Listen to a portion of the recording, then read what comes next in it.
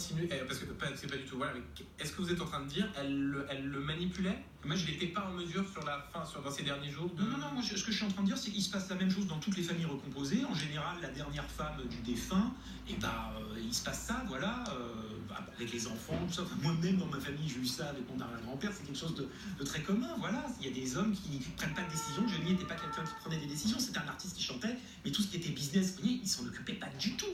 Il a tout délégué, et puis on se retrouve avec ça aujourd'hui. Pour rebondir sur ce que vous venez de dire, Benjamin, est-ce que Johnny Hallyday était malade à la fin de sa vie? Est-ce que, parce que peut-être que c'est ce qu'on va voir poindre, on peut s'attendre à voir arriver le mot abus de faiblesse? Ça arrive dans les histoires d'héritage aussi. Je pense que ça va arriver sur le tapis, hein. Ça c'est sûr et certain, et c'est même peut-être l'argument principal qui va être avancé, c'est de dire que Johnny n'avait peut-être pas tous ses moyens au moment où il a signé ce dernier testament. Peut-être qu'il était dans un état de faiblesse particulier à ce moment-là et qu'il s'est fait effectivement peut-être manipuler par quelqu'un, on ne sait pas qui. Encore une fois, on n'a pas les circonstances de la signature de ce testament, donc voilà, les questions restent assez ouvertes pour l'instant. Mais c'est très difficile, ça va être très difficile à démontrer. On connaîtra la date de la signature de ce testament, on l'imagine, mais Johnny Hallyday, un mois avant son décès, il postait aussi lui-même des photos. Alors, c'est difficile de dire que peut-être il ne savait pas ce qu'il faisait. Là, il déshérite ses enfants, c'est quand même un peu plus. Non, mais on est d'accord sur le constat. Il y a un exemple dans l'histoire des People.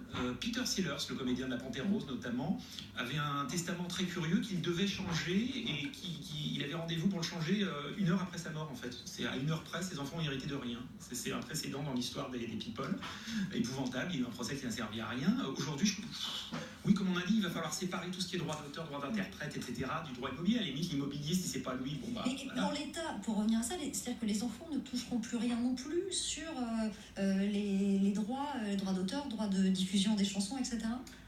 Jusqu'à contestation du testament, a priori, c'est tous les biens qui sont concernés. Ouais. D'ailleurs, j'ai une question, parce que je ne connais pas la réponse. Est-ce qu'ils n'ont pas du tout le droit moral sur l'œuvre de leur père, du fait qu'ils soient exclus du testament? A priori, la clause en question, telle qu'on l'a reportée dans la presse, elle est générale.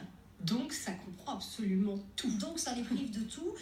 David Hallyday lui-même avait dit que sur cet album qui est en préparation, cet album posthume, lui ne voulait pas participer, par exemple. Ça fait partie aussi. On le regarde évidemment sous une lumière plus crue aujourd'hui. Oui, enfin bon, il y a une chose qu'il faut souligner, c'est qu'on entend Laetitia.